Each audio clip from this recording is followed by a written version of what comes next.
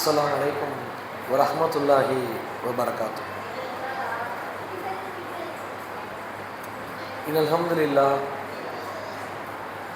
இன்னல் ஹம்துலில்லாஹி நஹ்மதுஹு வ நஸ்தஈனுஹு வ நுமினு பிஹி வ நதவக்கலு அலைஹி வ நஊது பில்லாஹி மின் ஷுரூரி அன்ஃபுஸினா வ மின் ஸய்யிஆத்தி அமாலினா. من يهدي الله فلا مضل له ومن يضلل فلا هادي له واشهد ان لا اله الا الله وحده لا شريك له واشهد ان محمدا عبده ورسوله اما بعد. يا ايها الذين امنوا اتقوا الله حق تقاته ولا تموتن إلا وأنتم مسلمون. فإن أصدق الحديث كتاب الله وأحسن الهدي هدي محمد صلى الله عليه وسلم وشر الأمور محدثاتها وكل محدثة بدعة وكل بدعة ضلالة وكل ضلالة في النار.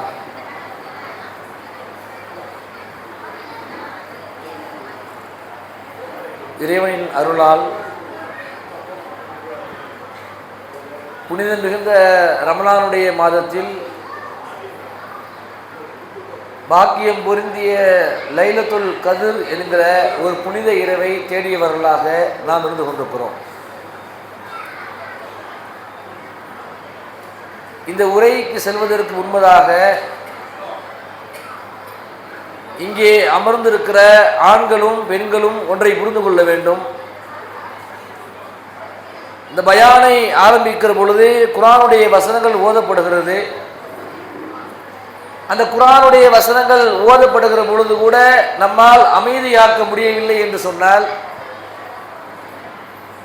எப்பேற்பட்ட ஒரு மனநிலையில் நாம் எல்லாம் இருக்கிறோம் என்பதை ஒரு கணம் சிந்திக்க கடமைப்பட்டிருக்கிறோம். அதிலும் குறிப்பாக பெண்கள்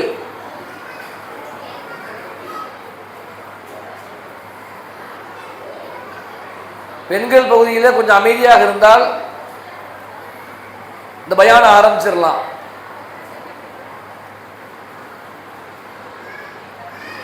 ஏன்னா பொதுவா இஸ்லாம் என்றாலே பிறர் நலம் நாடுவதுதான்.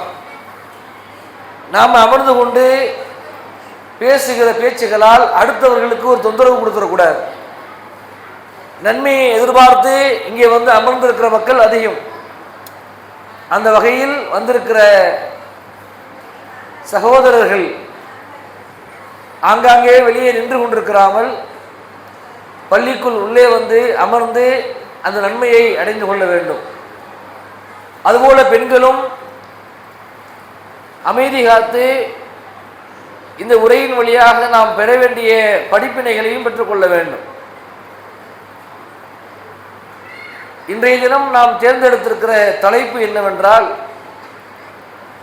நிரந்தரமான வாழ்க்கை. அது என்ன நிரந்தரமான வாழ்க்கை? பொதுவாக மனிதர்கள் ஒவ்வொருத்தருமே நம்முடைய வாழ்க்கையில் பல தருணங்களில் நிரந்தரமான ஒரு செயல்பாடுகளை தேடுகிறோம். அது எந்தெந்த வகையில் நிரந்தரம் என்று சொன்னால், ஒரு மனிதன் ஒரு தொழிலை தேர்வு செய்கிற பொழுது இந்த தொழில் நமக்கு நிரந்தரமாக பயனளிக்க வேண்டும் என விரும்புகிறார். ஒரு வீட்டை கட்டுகிற பொழுது இந்த வீடு நாம் நிரந்தரமாக இருக்க போகிற வீடு, ஆகையினால் செலவுகளை பார்க்காமல் அழகான முறையில் கட்டிவிடுவோம் என விரும்புகிறார். தான் தேர்ந்தெடுக்கிற ஆண் துணைகளையோ பெண் துணைகளையோ தேர்ந்தெடுக்கிற பொழுது இவர்கள் நம்முடைய காலம் முழுக்க வர இருக்கிற நம்முடைய மனைவிமார்கள் அல்லது நம்முடைய கணவன்மார்கள். ஆகையினால் நாம் இவர்களை அழகான முறையில் தேர்ந்தெடுப்போம். ஏன்? நிரந்தரமாக வாழ்க்கையை ஓட்டணும். அதுபோல நம்முடைய பிள்ளைகள் எதை விரும்புகிறார்களோ அதை அவர்களுக்கு கொடுக்க விரும்புகிறோம். காரணம் என்ன? அவன் நம் மீது பாசத்தை நிரந்தரமாக வைக்க வேண்டும்.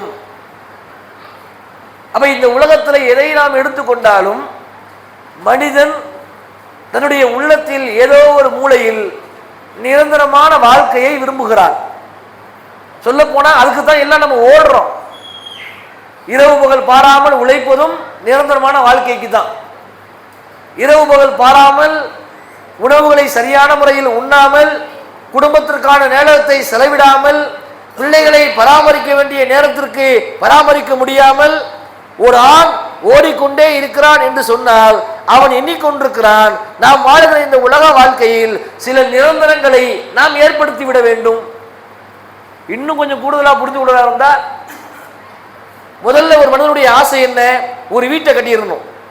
சரி, வீடை கட்டியாச்சு, ஆசை முடிஞ்சிருச்சா? அடுத்து அவனுக்கு தோன்றுகிறது, வீட்டுக்கு மேல இடம் இருக்குது, அதுல 2 வீடை கட்டி வாடகை விட்டோம்னா மாசம் 8,000 ரூபாய் வரும். நம்ம மூத்தாயிட்டா கூட இந்த 16,000 ரூபாய் குடும்பத்துக்கு நிரந்தர வருமானமா வரும் நினைக்கிறான். அப்ப இந்த உலகத்துல நீங்க எதை எடுத்து பாருங்க, எதையும் டெம்பரவரிக்கா வாழ்ந்துட்டு இருக்கிறோம். ஒரு வீடு கட்டுறோம், டெம்பரவரிக்கு 5 வருஷம் அப்புறம் இடிச்சிருவேன், யாராவது சொல்லுவாங்களா? கல்யாணம் முடிக்கிறோம், என்ன பாய் திருமணமா? ஆமா. எத்தனை டெம்பரவரியா? 3 வருஷத்துக்கு. அப்படியா? அப்படின்னா எந்த ஒரு பெண்ணும் இந்த ஆணு ஒத்துக்குவாங்களா? பிள்ளை பத்துறீங்களே பாய், டெம்பரவரியா 10 வருஷத்துக்கு வளர்ப்பேன் பாய், அப்புறம் அனாதையை விட்டுருவேன், சொல்ல மாட்டோம். ஏன்னா நம்ம எல்லோரும் நினைத்து கொண்டிருக்கிறோம் இந்த உலக வாழ்க்கை நிரந்தரம் என்று. அதனால தான் நமக்கு மறுமையை பற்றிய சிந்தனை, மறுமை வாழ்க்கையினுடைய பலன்கள், எது அழியாத உலகம் என்பதில் கவனம் குறைகிறது.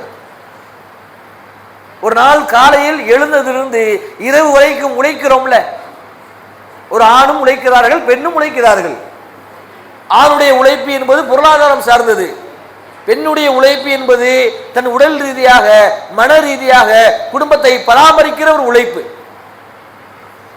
ஒவ்வொரு நாளும் காலையிலிருந்து இரவு வரைக்கும் உழைக்கக்கூடிய அந்த ஆணும் பெண்ணும் இந்த உலகத்தில் எப்படியாவது வாழ்ந்துரும்னா நினைக்கிறோமே தவிர, அழியாத என்றென்றும் நிரந்தரமாக இருக்கக்கூடிய மறுமைக்காக உழைக்கிறோமா? கொஞ்சம் யோசித்து பாருங்க. காலை எழுந்துச்ச உடனே கணவன் மனைவி 2 பேரும் ஒன்னா உட்கார்ந்து, இன்னைக்கு நம்ம காலைல எழுந்துட்டோம், அல்லாஹ் உயிரை கொடுத்துட்டான், மவுத்துக்குள்ள மாலைக்குள்ள மவுத்து வரலாம், இரவு தூக்கத்துக்கு பிறகு மவுத்து வரலாம், ஆகையினால நாம நிரந்தரமான வாழ்க்கைக்காக உழைப்போம் அப்படின்னு எத்தனை குடும்பம் உழைக்கிறார்கள்? இல்ல. ஏன் அப்படின்னா நாம் ஒரு மாயையில் இருக்கிறோம். என்ன மாயை தெரியுமா? இந்த உலகம்தான் நிரந்தரம்ங்கிற மாயை. முதல்ல ஒரு மூமின் இந்த உலகத்தை விரும்ப கூட. நபிகள் நாயகம் ஸல்லல்லாஹு அலைஹி வஸல்லம் சொன்னார்கள், மூமின்களுக்கு இந்த உலகம் சிறைச்சாலை. அவனுக்கு நிம்மதியெல்லாம் இருக்காது, எப்பவும் மகிழ்ச்சி இருந்துகிட்டே இருக்காது. அடி இருக்கும், உதைகள் இருக்கும், துன்பம் இருக்கும், நோய் இருக்கும், கவலை இருக்கும், இன்னும் ஏராளமான துன்பங்கள் துயரங்கள் அவனுக்கு வந்துகிட்டே இருக்கும். சரி, இது எல்லாம் வந்துகிட்டே இருக்குது, ஏன் வருது? அல்லாஹ் சொல்லுகிறான், இந்த உலகத்தில் அவர்களுக்கு ஏற்படுகிற எல்லாவற்றையும், இன்ன சமுவ வல் பஸர வல் ஃபுவாத குல்லு உலாயிக கான அன்ஹு மஸ்ஊலன். இன்ன சமுவ, உங்கள் செவி, உங்கள் பார்வை, உங்கள் உள்ளம் எல்லாம் மறுமையிலே விசாரிக்கப்படும் சொல்லிவிட்டு அல்லாஹ் ரப்புல் ஆலமீன் ஒரு தீர்வை சொல்லுகிறான். என்ன தீர்வு? ஓரளவு அச்சத்தாலும் பசியாலும் உயிர்கள் விளைநிலங்கள் இவற்றை சேதப்படுத்தியும் மனிதர்களை சோதிப்போம், பொறுத்து கொண்டோருக்கு நபியே நீர் நற்செய்தி கூறுவீராக. அப்ப என்ன விளங்குது? ஒரு பக்கம் எனக்கு அல்லாஹ் கொடுத்த எல்லாத்தையும் விசாரிப்பேங்களாம், இன்னொரு பக்கம் இந்த உலகத்துல என்னவெல்லாம் பிரச்சனை வருமோ எல்லாம் உங்களுக்கு வரும், எனக்கும் வரும். நமக்கு முன்னாடி வாழ்ந்து மௌத்தானாங்கல்ல, அவங்களுக்கும் இருந்துச்சு, கியாமத்து வரைக்கும் வர இருக்கிறாங்கல்ல, அவங்களுக்கும் இருக்குது. அப்படி அவர்களுக்கு வருகிற எல்லா துன்பம் துயரத்தின் பொழுதும் யார் சகித்துக் கொள்கிறார்களோ, யார் பொறுத்துக் கொள்கிறார்களோ, நபியே அவர்களுக்கு நற்செய்தி சொல்லு. என்ன நற்செய்தி? இந்த உலகம் அழியக்கூடியது, அழியாத ஒரு மறுமை இருக்கிறது, அந்த மறுமையானது சொர்க்கமாக இருக்கிறது, அந்த சொர்க்கம் அழியாது. நம்ம அதுக்கு தான் வாழணும். இந்த உலகத்துல நமக்கு வழங்கப்பட்டிருக்கிற கண், காது, மூக்கு, உடல், நரம்பு, ரத்தம், ஒவ்வொரு ஆர்கன்ஸ், இந்த உலகத்துல இருக்கிற காற்று, மழை எல்லாம் எதுக்கு? நாம அல்லாஹ்வை வணங்குறதுக்கு, அவனிடத்துல மன்னிப்பு கேட்கறதுக்கு, அவன் நம்மளை மன்னிக்கிறதுக்கு, இறுதியா இது எல்லாம் அழிந்து போன பிறகு சொர்க்கத்துக்குள்ள உள்ளுக்குள்ள போகிறதுக்கு. இப்போ கொஞ்சம் நம்முடைய மனநிலையெல்லாம் இந்த உலகத்தை விட்டு மறுமையை நோக்கி யோசித்து பாருங்கள். நபிகள் நாயகம் ஸல்லல்லாஹு அலைஹி வஸல்லம் சொல்லுகிறார்கள், இந்த உலகம் சூர் ஊதப்படும், ஒரு சப்தம் அடிக்கும். இப்ப அடிக்குது பாருங்க. அங்க இஸ்ரேல்ல அந்த குண்டு மழை பொழிகிற பொழுது ஒரு சைரன் அடிக்கிறாங்க. அந்த சைரனே அங்க இருக்கிற மக்களுக்கெல்லாம் பெரும் பீதியை எழுப்புறது. சைரன் அடிக்காத வரைக்கும் அமைதியா ஓடுறாங்க, அப்படியே கடையை பார்க்கறாங்க, அங்கிட்டு போயிட்டு இருக்கிறாங்க. சைரன் அடிச்ச உடனேயே எல்லோரும் பாதுகாப்பான ஒரு இடத்துக்கு ஓடுகிறார்கள். மறுமை நாளே எல்லாம் ஒரு சைரன் அடிப்பான். அந்த சைரனுடைய பெயர் தான் சூர். அந்த சூர் ஊதப்படுகிற பொழுது எந்த ஒரு மனிதனும் தன் குடும்பத்தை பற்றி கவலைப்பட மாட்டான், தன் மனைவி எங்கே என்று தேட மாட்டான், தான் பெற்றெடுத்த பிள்ளைகள் எங்கே என்று சிந்திக்க கூட மாட்டான். மாறாக தன் நிலை என்னவாகும் என்று ஒவ்வொருத்தரும் ஓடிக்கொண்டிருப்பார்கள். அவர்கள் ஓட மாட்டார்கள். அல்லாஹ்வே ஒரு தீப்பிழம்பை ஏற்படுத்தி எல்லோரையும் ஒன்று சேர்ப்பதற்காக ஒரு வழியில் ஒன்று திரட்டுவான். விசாரணை எல்லாம் முடிஞ்சிடும். முடிந்த பிறகு சொர்க்கமா நரகமா என்கிற ஒரு தீர்ப்பு. நம்ம ஒவ்வொரு நேர தொழுகையிலும் ஓதுகிறோம். ஆனால் ஓதுகிற பொழுது அதை நம்ம சரியா புரிஞ்சுக்கோமான்னு தெரியல. மாலிக்கு யௌமித்தீன்கிறோம். மாலிக்கு யௌமித்தீன் என்று சொன்னால் நியாய தீர்ப்பு நாளின் அதிபதி. அவன் தீர்ப்பு நியாயமா இருக்கும், நம்ம நம்புறோம். அதனால தான் ஒவ்வொரு நேர தொழுகையிலையும் அல்ஹம்து சூரால அந்த வசனத்தை ஓதி ஓதி காட்டுறோம். நியாயமான முறையில அல்லாஹ் தீர்ப்பை வழங்கி விடுவான். வலப்புறத்தார் இடப்புறத்தார் யாரெல்லாம் வலதுபுறத்தில் போய் இருக்கிறார்களோ அவர்களெல்லாம் வெற்றி பெற்று விடுவார்கள். யாரெல்லாம் இடப்புறத்தில் இருக்கிறார்களோ அவர்களெல்லாம் தோல்வி அடைந்தவர்கள். அப்ப அல்லாஹ் ரப்புல் ஆலமீன் கருப்பு நிறத்துல வெண்மை கலந்த ஒரு ஆட்டை கொண்டு வருவான். ஒவ்வொரு மனிதர்களுக்கும், உங்களுக்கும் ஒரு ஆடு சாட்டப்படும், எனக்கும் ஒரு ஆடு சாட்டப்படும். உங்கள் பிள்ளைய என் பிள்ளைய உலகத்துல ஆதம் அலைஹிஸ்ஸலாம் படைக்கப்பட்டதிலிருந்து கியாமத் வரைக்கும் எத்தனை கோடான கோடி மக்கள் வாழ்ந்து மரணிக்க இருக்கிறார்களோ அத்தனை கோடான கோடி மக்களுக்கும் ஆடுகள் சாட்டப்படும். அப்ப நபிகள் நாயகம் ஸல்லல்லாஹு அலைஹி வஸல்லம் சொன்னார்கள், ஒரு மனிதனை அழைத்து அந்த மனிதனுக்கு முன்னால் ஆட்டை நிறுத்தி இது என்ன என்று தெரியுமா அல்ல என்று அல்லாஹ் கேட்பான். அப்போ அந்த மனிதன் சொல்லுவான், தெரியல. உடனே அல்லாஹ் சொல்லுகிறான், இந்த ஆடு என்பது மரணம். யாரெல்லாம் நரகத்துக்கு செல்கிறார்களோ அவர்களுக்கு இனி மரணமே வராது. யாரெல்லாம் சொர்க்கத்துக்கு செல்கிறார்களோ அவர்களும் அந்த சொர்க்கத்தில் நிரந்தரமாகவே இருப்பார்கள், மரணம் வராது. சொல்லிவிட்டு நபிகளார் சொன்னார்கள், மரணத்திற்கே மரணத்தை அல்லாஹ் ஏற்படுத்தி விடுவான். இனி மௌத்துங்கிறது கிடையாது. அந்த ஆட்டை அறுத்துருவாங்க. அறுத்த உடனேயே நரகவாதிகள் புரிந்து கொள்வார்கள், நம்முடைய வாழ்க்கை முடிஞ்சிருச்சு. நம்ம சில நேரம் நினைப்போம்ல, இந்த உலகத்துல சில இக்கட்டான சூழ்நிலை வருகிற பொழுது அவ்வளவுதான் போல நம்ம நினைப்போம். அந்த மாதிரியான ஒரு பீதியும் கவலையும் நரகத்திற்குரியவர்களுக்கு ஏற்பட்டுவிடும். அழுது புலம்ப ஆரம்பித்து விடுவார்கள். சொர்க்கவாசிகளுக்கு அறிவிப்பார்கள், உங்களுக்கு இனி மௌத்தே கிடையாது, நிரந்தரமா இருப்பீங்க, நிம்மதியா இருப்பீங்க. அவங்க எல்லாம் அப்படியே முகம் பிரகாசத்தோடு மலர்ந்த முகத்தோடு சிரித்து கொண்டிருப்பார்கள். நபிகள் நாயகம் ஸல்லல்லாஹு அலைஹி வஸல்லம் சொல்கிறார்கள், நான் தான் மறுமையினுடைய விசாரணை முடியக்கூடிய தருவாய் வரையும் அல்லாஹ்வுடைய பாதத்தில் சஜிதா செய்து கொண்டிருப்பேன். எந்த நபிக்கு எல்லாம் அந்த பாக்கியத்தை கொடுக்க மாட்டான். ரசூலுல்லாஹ்க்கு அது பாக்கியம் இருக்கிறது. அப்படியே சஜ்தால கிடப்பாங்க. ஏன் தெரியுமா? ஒவ்வொரு நபிமார்களுக்கும் சில அற்புதங்களை அல்லாஹ் கொடுத்திருக்கிறான். சில நபிமார்களுக்கு சில பிரார்த்தனையை கொடுத்திருக்கிறான். என்ன அப்படின்னா, அவங்க எதை கேட்டாலும் அல்லாஹ் கொடுத்து விடுவான். இது ஒவ்வொரு நபிக்கும் உள்ள இருக்கிற ஒரு ஸ்பெஷல். எல்லா நபிமார்களும் அதை கேட்டு விட்டார்கள். நபிகள் நாயகம் ஸல்லல்லாஹு அலைஹி வஸல்லம் மட்டும் சொல்லுவாங்க, நான் எனக்கான துஆவை இன்னும் கேட்கல, நான் அதை மறுமையில வச்சிருக்கிறேன். என் சமுதாய மக்களுக்காக யா உம்மத்தி என்று சொல்லக்கூடிய என் சமுதாய மக்கள். நபிகள் நாயகம் ஸல்லல்லாஹு அலைஹி வஸல்லம் அவர்கள் சஜ்தாவிலே கிடக்கிற பொழுது அல்லாஹ் சொல்லுவான், நபியே எழுந்து பாருங்கள். எழுந்து பார்ப்பாங்க. பார்க்கும் பொழுது நபிகள் நாயகம் ஸல்லல்லாஹு அலைஹி வஸல்லமுக்கு அவ்வளோ ஒரு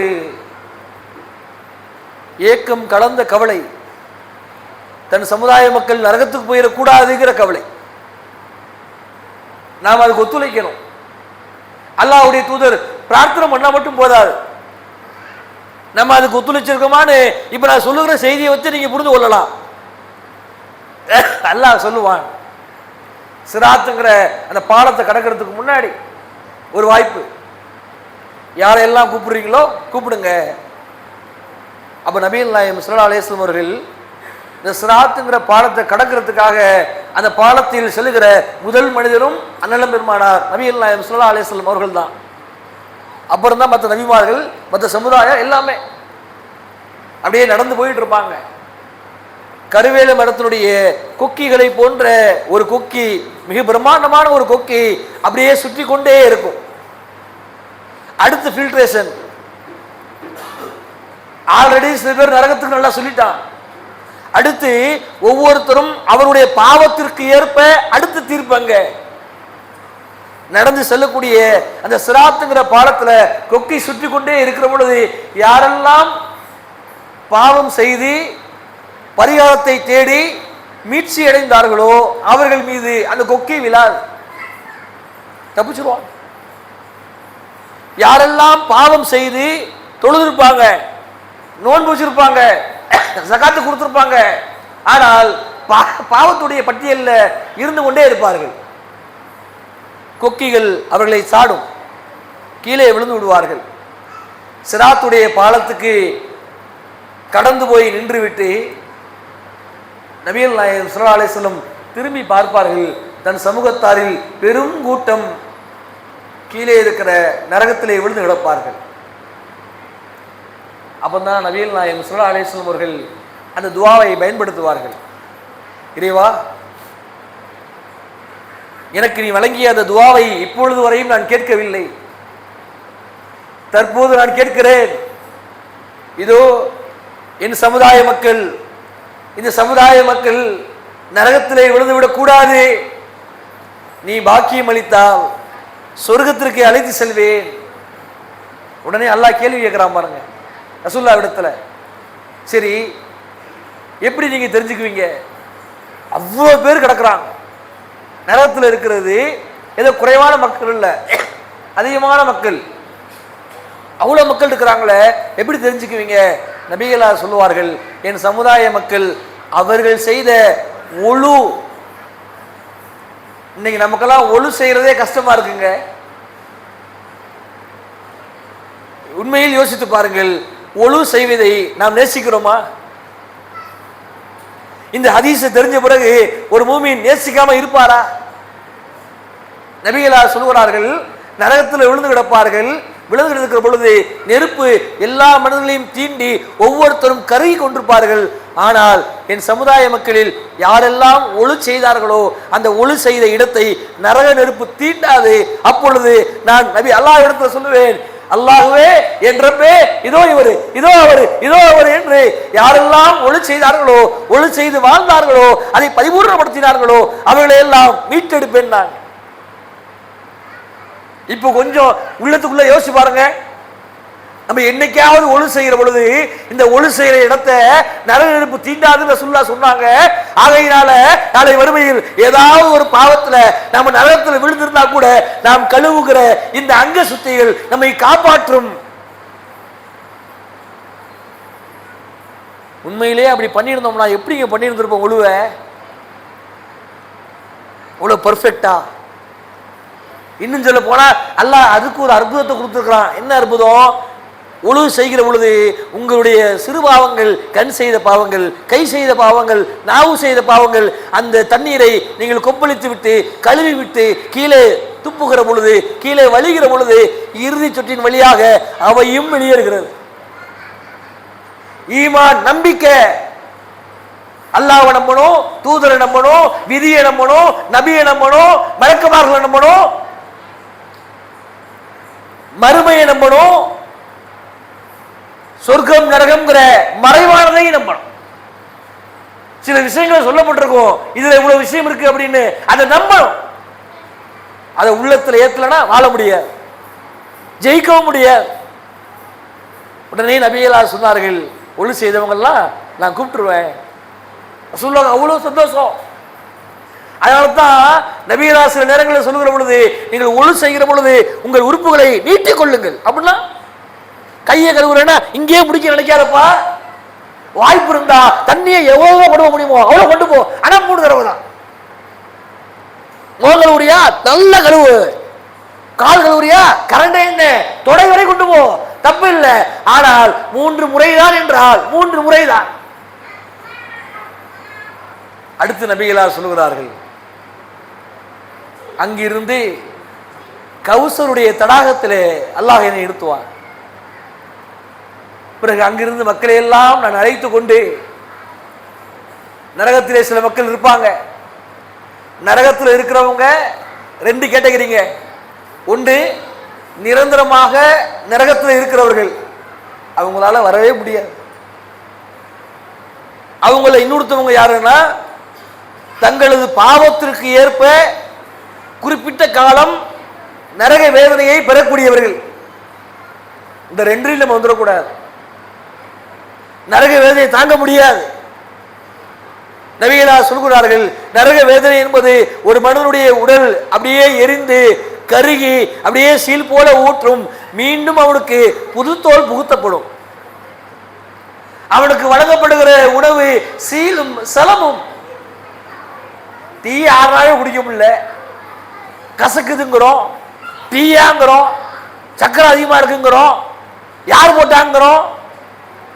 சீல் அப்படின்னா என் உடம்பிலிருந்து அதை எரிவூட்ட செய்து அந்த உடல் கருகி வெந்து புண்ணெல்லாம் எப்படி ஆகுமோ அந்த மாதிரி ஒரு சீல் ஊத்தும்ல. சுபஹானல்லாஹ், இறைவன் சத்தியத்தை சொல்ல வெட்கப்பட மாட்டான். சீல் தான். அவன் தவிப்பான், தண்ணி கொடுங்க தண்ணி கொடுங்கன்னு. மலக்குமார்கள் சீலையும் செலத்தையும் எங்கேயோ எடுக்க மாட்டாங்க. அந்த இடத்துல யாரெல்லாம் வெந்து வேதனைக்கு உள்ளாகிறார்களோ அவருடைய சீல் சிலம் தான் 6 மாதிரி ஓடும், எடுத்து வாயில ஊத்துவாங்க.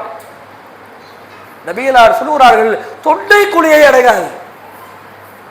அந்த சீலும் ஜலமும் கொதிக்கிற நீரும் உங்க தொண்டை அடையாது. அவ்வளவு ரொம்ப கடுமையான ஒரு நிகழ்வு நரகம். ஆனால் அதை நாம் மறந்து வாழ்ந்து கொண்டிருக்கிறோம். ஒரு பூமியில் அப்படி இருக்கலாமாங்க? ஒவ்வொரு நாளும் நம்ம என்னதான் இந்த உலகம் நம்மளை மூழ்கடித்தாலும் மறுமையில நான் சொர்க்கமா நரகமா சொர்க்கமா நரகமாங்கிற ஒரு சிந்தனை ஒவ்வொரு நாளும் ஒவ்வொரு மணி நேரமும் நமக்கு வரணுமா இல்லையா? உண்மையிலேயே அதை சிந்திச்சு தான் வாழ்ந்துட்டு இருக்கிறோமா? கொஞ்சம் யோசிச்சு பாருங்க. ஏன் இப்ப யோசிக்க சொல்றேன் தெரியுமா? நம்ம உடம்புல உயிர் இருக்கிற வரைக்கும் தான் யோசிக்க முடியும். ஒருவேளை நேற்றைய தினம் வரைக்கும் யாரெல்லாம் மௌத்தானாங்களோ அந்த பட்டியல்ல நாமளும் போயிருந்திருந்தா இனி சிந்திக்க முடியாது. அடுத்து நபிகளார் சொன்னார்கள், சொர்க்கவாசிகள்,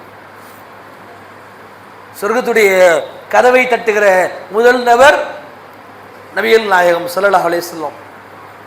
கதவை தட்டுவாங்க. மலக்குமார்கள் கேட்பார்கள், ஓ மனிதரே நீங்கள் யார்? அப்பொழுது நபிகளார் சொல்லுவார்கள், நான் தான் முஹம்மத், அல்லாஹ்வின் தூதரும் அடிமையுமாக இருந்தவர். அப்படியா? உங்கள் மீது சலாம் சாந்தி உண்டாகட்டும், ரஹமத் பரக்கத்துல கிடையாது. ஏன்? அவர் ஆல்ரெடி செலக்ட் ஆயிட்டார். இனிமேல் அவருக்கு எதுக்கு ரஹமத்து, இனிமேல் எதுக்கு பரக்கத்து? 2 தான் கிடைச்சிருச்சே. சலாம் அவ்வளவுதான்.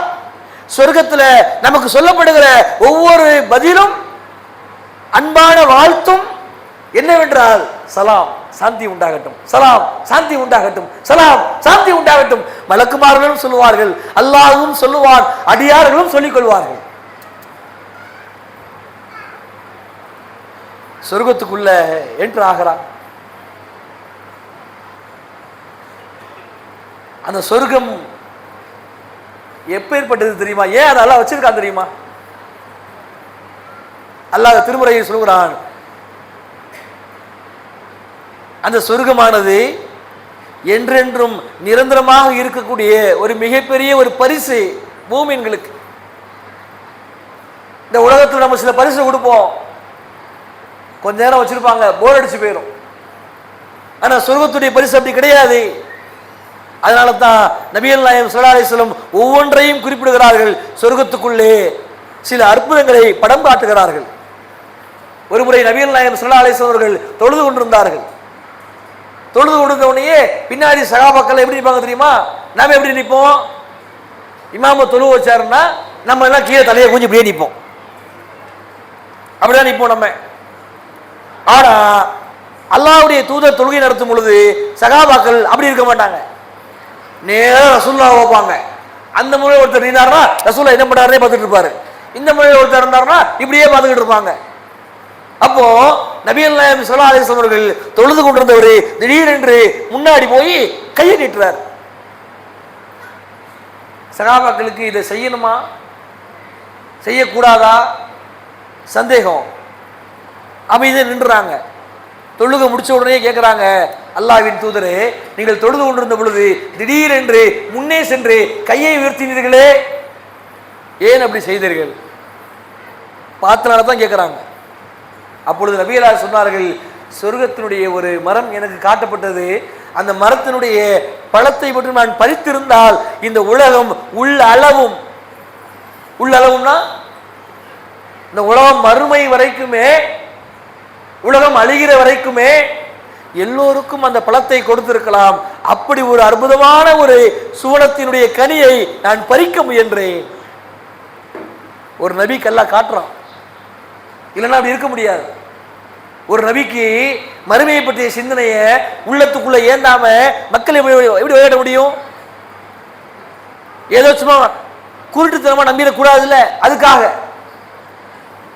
அந்த வகையில நபிகள் நாயகம் ஸல்லல்லாஹு அலைஹி வஸல்லம் சொல்கிறார்கள், சொர்க்கத்திற்குள்ளே ஏராளமான நிகழ்வுகள் இருக்கிறது.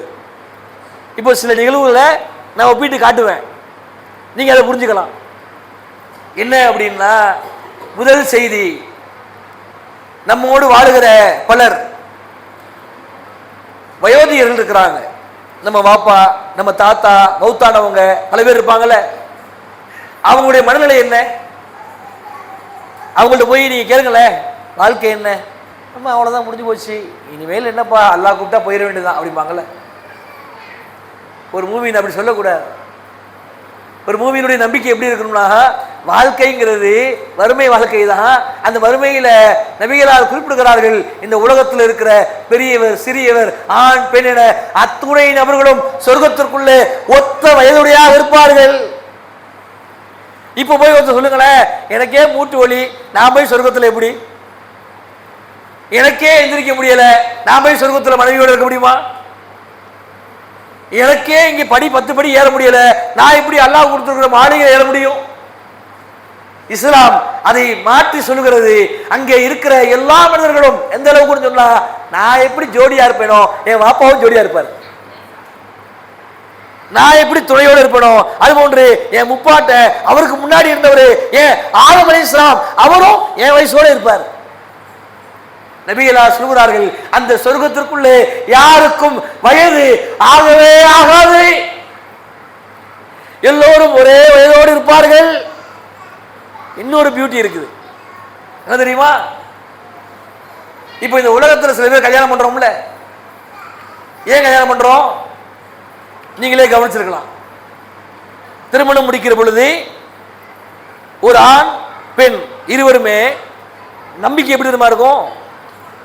தன் மனைவி கல்யாணம் பண்ணி வந்த உடனே முதல் நாள் ஃபஜருக்கு எஞ்சுவாங்க, காலையில டீலாம் போட்டு கொடுப்பாங்க.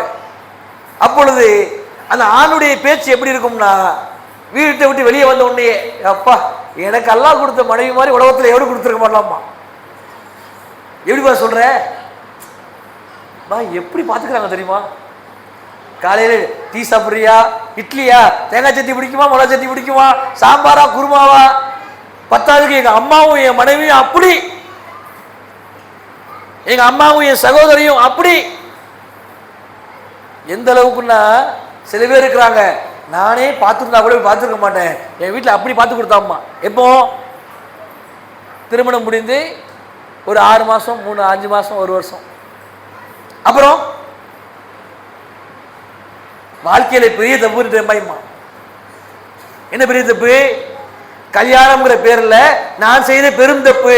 ஆனால் இதை அப்படியே அல்லாஹ் சொர்க்கத்திலே மாற்றி அமைக்கிறார். எப்படி மாற்றி அமைக்கிறார்? நபிகள் நாயகம் ஸல்லல்லாஹு அலைஹி வஸல்லம் சொல்கிறார்கள், சொர்க்கத்திற்குள்ளே இருக்கிற ஒவ்வொரு மனிதர்களுக்கும் தத்தமீது துணையை அல்லாஹ் தேர்வு செய்கிறார். அந்த துணை எப்படி இருப்பார்கள் தெரியுமா?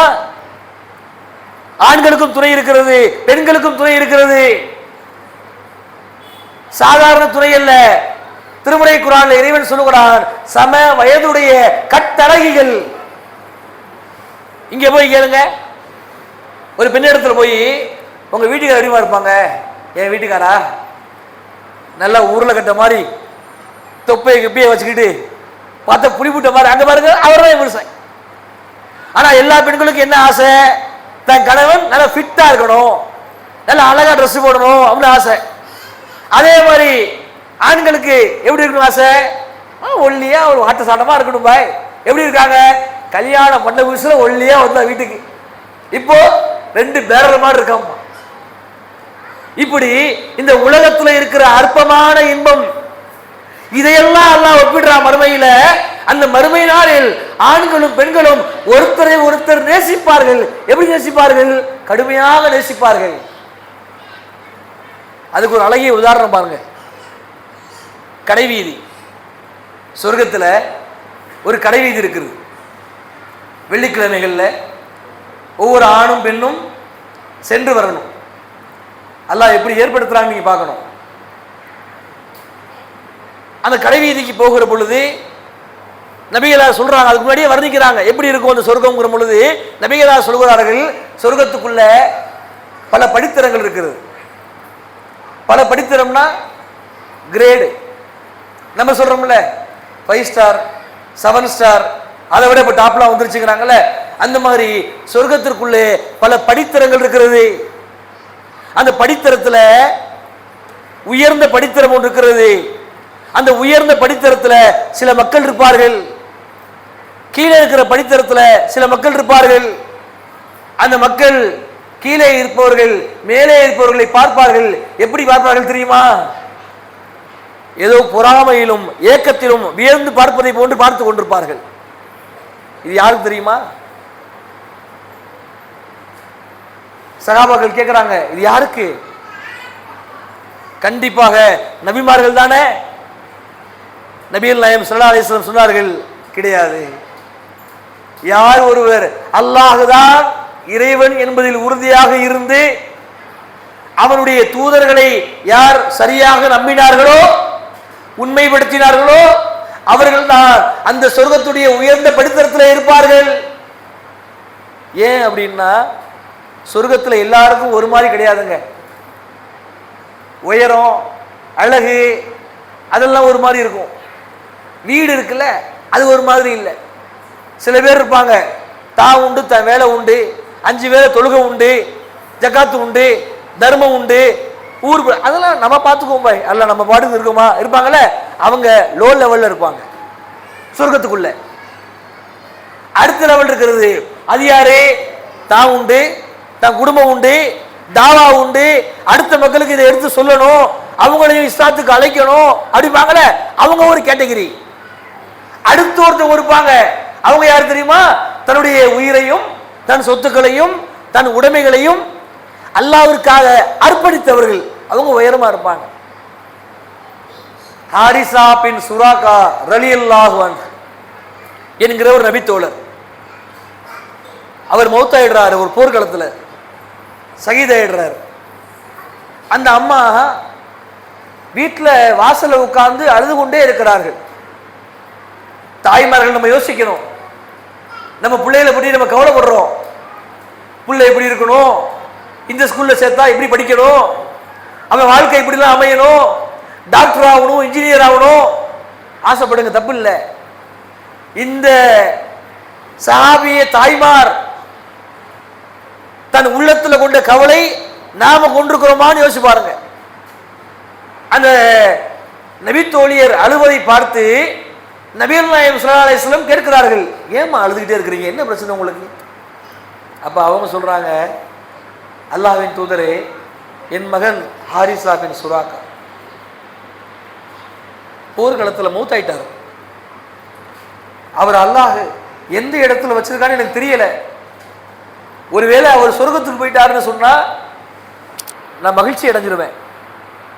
ஒருவேளை அது இல்லாத வேற ஒரு நிலை, நரகம்னு சொல்ல தெரியல, அவங்களுக்கு மனசு வரல. சொல்லுகிறார்கள், அது அல்லாத வேறு ஒரு நிலையாக இருந்தால் நான் என்ன ஆவேன் என்பதை நீங்களே யூகித்துக் கொள்ளுங்கிறாங்க. நீங்களே யோசிச்சு பாருங்க, ஒரு தாயா நான் என்ன ஆவேன்? அப்பொழுது நபிகளா சொன்னார்கள், ஏமா சொர்க்கம் ஒன்னா இருக்கு, சொர்க்கத்துல பல படித்தரம் இருக்குமா? உன் மகன் சைது பின் ஹாரிசா சொர்க்கத்திலேயே உயர்ந்த தரம் ஜன்னத்துல் ஃபிர்தௌஸ்ல இருக்கிறான். இப்போ கொஞ்சம் இங்க அமர்ந்திருக்கிற நம்ம ஒவ்வொருத்தரும் கண்டிப்பாக இந்த இஷாவுடைய தொழுகையில எல்லோரும் துவா செய்திருப்பீர்கள். துவா செய்தவர்களில் நம்ம எத்தனை நபர்கள், இறைவா எனக்கு, என் பிள்ளைக்கு, என் குடும்பத்தாருக்கு, என் தாய் தந்தைக்கு சொர்க்கத்தில் எவ்வளவோ படித்தர வைத்திருக்கிற ஜன்னத்துல் ஃபிர்தௌஸ் குடியாலாம் அப்படின்னு உளப்பூர்வமா கேட்டிருப்போம்.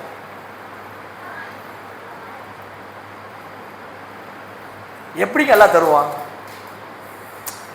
எனக்கு சொர்க்கத்தை பத்தி ஒரு கவலை இல்லை, நான் அல்லாஹ்ட்ட அதை கேட்கவும் இல்லை அப்படின்னா கேட்காத ஒன்றை இறைவன் எப்படி தருவான்? நபிகளார் குறிப்பிட்டார்கள், ஹதீஸிலே வருகிறது, நீங்கள் அல்லாஹ்விடத்தில் பிரார்த்திக்கிற பொழுது சொர்க்கத்துல உயர்ந்த தரமான ஜன்னத்துல் ஃபிர்தௌஸ் வேணும்னு அல்லாஹ்ட்ட கேளுங்கன்னாங்க. சும்மா சொர்க்கத்தை கொடுத்துரு, சொர்க்கத்தை கொடுத்துரு இப்படி கேட்க கூடாது. யா அல்லாஹ் நீ சொர்க்கத்தை கொடு, அதுவும் அந்த சொர்க்கத்துல ஜன்னத்துல் ஃபிர்தௌஸ் இருக்குல்ல அதை கொடு. இப்படியே ரசூலுல்லாஹ் அடுத்த அறிவிப்பு கொடுக்குறாங்க, சொர்க்கத்துக்குள்ள பல வாசல் இருக்கிறது. இங்க எப்படி பள்ளிவாசல்ல இங்கிட்ட ஆண்களுக்கு ஒரு வாசல், பெண்களுக்கு ஒரு வாசலோ, அதே போன்று சொர்க்கத்துல பல வாசல் இருக்கிறது. அப்படியே ரசூலுல்லாஹ் சொல்றாங்க. இங்க வந்திருக்கிற ஒவ்வொருத்தரும் அந்த ஏதாவது ஒரு வாசல்ல எப்படியாவது உள்ள போயிடும்.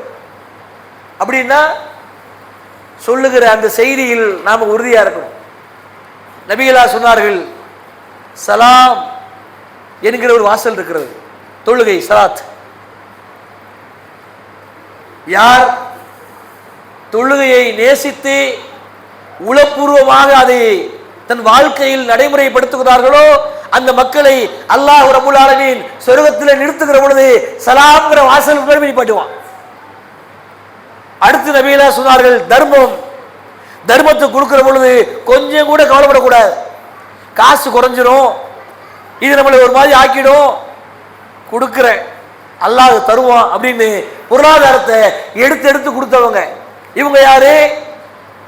சதக்கா அப்படிங்கிற வாசல் வழியாக போகக்கூடிய நபர்கள் அந்த வாசல் அடிப்பாங்க. மூன்றாவது நபிகளா சொன்னார்கள், நோன்பு வைக்கிறது விரும்பணும். நம்மள சில பேர் இருப்போம், எண்ணிக்கிட்டு இருப்போம், எப்ப முடியும் தெரியல. இன்னும் சில பேர் இருப்பாங்க, நோன்பு வைப்பதையே விரும்பாத மக்களும் இருக்கிறாங்க. ஆனா விரும்புகிற மக்கள் எப்படி இருப்பாங்க தெரியுமா? ரமலானுடைய நோன்பு மட்டும் அல்லாது சுன்னத்தான நோன்புகளையும் நோக்க வேண்டும், விரும்பணும். அல்லாஹ்வுடைய தூதர்கள் காட்டி கொடுத்த அடிப்படையில் திங்கட்கிழமையிலையோ வியாழக்கிழமையிலையோ வைக்க முயற்சி செய்யணும். மாதத்துல 3 நாள் 13, 14, 15 வைக்க முயற்சி செய்யணும்.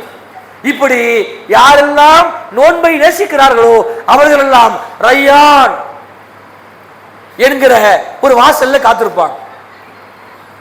அடுத்து நபிகளா சொன்னார்கள் ஜிஹாத். ரொம்ப பியூட்டி. அந்த 4 வாசல்ல 4வது வாசல் ஜிஹாத் அப்படி போர்டு போட்டிருக்கும். என்ன ஜிஹாது? அல்லாஹ்வுடைய பாதையில தான் மரணிக்க வேண்டும் என்று அதற்காகவே போராடுகிறவர், அதற்காகவே தன்னை அர்ப்பணிக்கிறவர். கொஞ்சம் யோசிச்சு பாருங்க, நம்ம உண்மையிலேயே அந்த ஆசையை ஏற்படுத்தி இருக்கிறோமா? இன்ஷால்லா நமக்கு மௌத்துன்னு வந்தா அது அல்லாஹ்வுடைய பாதையில மௌத்தாயிரணும். சும்மா இருக்கும்போது மௌத்து போகக்கூடாது, ஒரு ஆக்சிடென்ட்ல மௌத்தாயிடக்கூடாது. அல்லாஹ்வுக்காக இந்த கொள்கையில உயிர் ரொம்ப உறுதியா இருந்து நம்ம உயிர் அல்லாஹ்வுக்காக போனதா இருக்கணும். நம்ம எத்தனை பேர் ஆசைப்படுறோம்? இந்த செய்தியை ரசூலுல்லாஹ் சொல்றாங்க, ஒருவேளை நீங்கள் அப்படி ஆசைப்பட்டிருந்தால் உங்கள் வீடுகளில் இருக்கிற பொழுது உங்கள் உயிர் போயிருந்தாலும் அந்த வாசல்ல போயிருவீங்க. துவா செய்றீங்க, எல்லாம் ஷஹீதாகிற வாய்ப்பு கூடுன்னு துவா செய்யறோம். ஆனா போர் நடக்கல, ஷஹீதாகிற வாய்ப்பு இல்ல, வீட்டுல தூங்கிட்டு இருக்கிற, உயிர் போயிடுச்சு. ஆனா அல்லாஹ் என்ன பண்றான் தெரியுமா? அமலு ஆமானு பின்னியாத். எண்ணம் அல்லாஹ்வுக்கு தேவை, எண்ணம் தான் தேவை. பிராக்டிகல்லாம் அடுத்துதான். நபிகளா சொன்ன உடனேயே அபூபக்கர் சித்திக் ரலியல்லாஹு அன்ஹு கேட்கிறாங்க, உண்மையில் அல்லாஹ்வின் தூதரே, இந்த 4 வாசல் என்ன, சொர்க்கத்துக்கு போறதே ஒரு பெரும் பாக்கியம் தான். அப்படி இருந்த பட்சத்திலையும் இந்த 4 வாசல்லையும் போகிறவங்க எப்பேற்பட்டவங்க? அதுல யார் போவா? அவங்க அந்த சொர்க்கத்தை அந்த பிரசன்ட் நேரத்துல கூட வாழ்ந்து இருக்கிறாங்க, இதுக்குள்ள போயிடணும்னு. கேட்ட உடனேயே நபிகளார் சொல்கிறார்கள், அபூபக்கரே நீரும் அதிலே செல்வீர். எப்படி இருக்கு அவருக்கு? இந்த உலகத்திலேயே சில மனிதர்களுக்கு நற்செய்தி சொல்லப்பட்டிருக்கிறது. அந்த நற்செய்தியில மிக சிறந்த ஒருத்தர் அபூபக்கர் சித்திக் ரலியல்லாஹு அன்ஹு. முடியுதா? அடுத்து ரசூலுல்லாஹி ஸல்லல்லாஹு அலைஹி வஸல்லம் சொல்கிறார்கள், சொர்க்கத்தை பற்றி சொல்லும் பொழுது, அந்த சொர்க்கத்துல ஒரு மரம் இருக்கிறது. ஒரு மரம் இல்ல, ஏராளமான மரங்கள். இந்த உலகத்திலேயே கடுமையான வெயில் அடிச்சா நம்ம எல்லோரும் தேடுகிற ஒரு நிழல் மரம் தான். மரத்துல போய் நின்னோம்னா அப்பா அப்படிங்கிறோம். 2 வீலரை பார்க் பண்றோம் மரத்துக்கு கீழே, காரை நிப்பாட்டுறோம் மரத்துக்கு கீழே. ஏன்? நமக்கே இயற்கையாகவே தெரிகிறது இந்த மரத்தினுடைய நிழல் என்பது நமக்கு ஒரு மகிழ்ச்சி அளிக்கிறது. அல்லாஹ் என்ன பண்றான் தெரியுமா? நபிகள் நாயகம் ஸல்லல்லாஹு அலைஹி வஸல்லம் சொல்கிறார்கள், சொர்க்கத்துடைய ஒரு மரம் எப்படி இருக்கும் தெரியுமா? ஒரு திடகாத்திரமான ஒரு குதிரை 100 ஆண்டுகள் வேகமாக பயணித்து கடந்து போய் நின்றால் எங்கே நிற்குமோ அதை விட தொலைவில் சொர்க்கத்துடைய மரத்தின் நிழல் இருக்கும். ரசூலுல்லாஹ் சொல்றாங்க, அங்கே நீங்க வெயில பார்க்கவே முடியாது. அப்படி ஒரு இன்பகரமான வாழ்க்கை. இங்கே ஊட்டி, காஷ்மீர், சிம்லா, கொடைக்கானலுக்கு போனாலே நம்மளால கைப்பிடிக்க முடியல.